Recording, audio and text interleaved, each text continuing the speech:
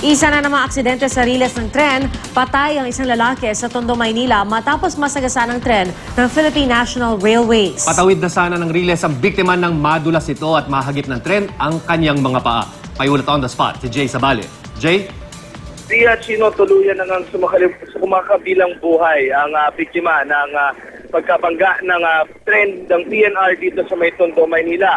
Agaw buhay pa si Maximino Padon sa ospital ng Tondo nang abutan namin kanina. Naka-manual life support siya at naka-bandage ang ulo maging ang binti na naputulan ng mga paa. Ang mga kamag-anak niya walang magawa kundi umiyak at panoorin ang naka-manual life support na kanilang mahal sa buhay. Ngunit bandang alas 10:40 ng umaga kanina ay tuluyan ng nalagutan ng hininga si Padon.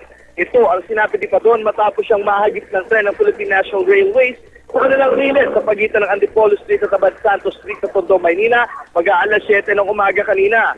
Ang tren na nakaksidente patungo dapat na Tutuban sa Divisoria, Maynila. Ayon sa forma ni Padon na isang mason, maagang pumasok ang biktima sa ginagawang riprap malapit sa nabanggit na riles.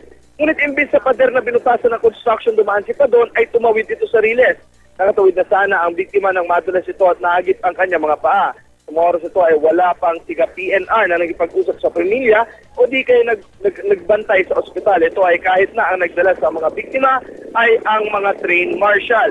Kani-kanina lamang ay nakausap natin si Mr. Paul De Queros, ang spokesperson ng Philippine National Railways at sinasabi niya sa pamilya na para makuha ang kanilang benefits o ang kanilang mga pangangailangan ay magpunta lamang sila sa operations manager sa kanilang train station sa may Tutuban para naman magawa na ang pagtulong sa kanila. At yan muna ang latest mula dito sa Tondo. Balik sa inyo, Pia.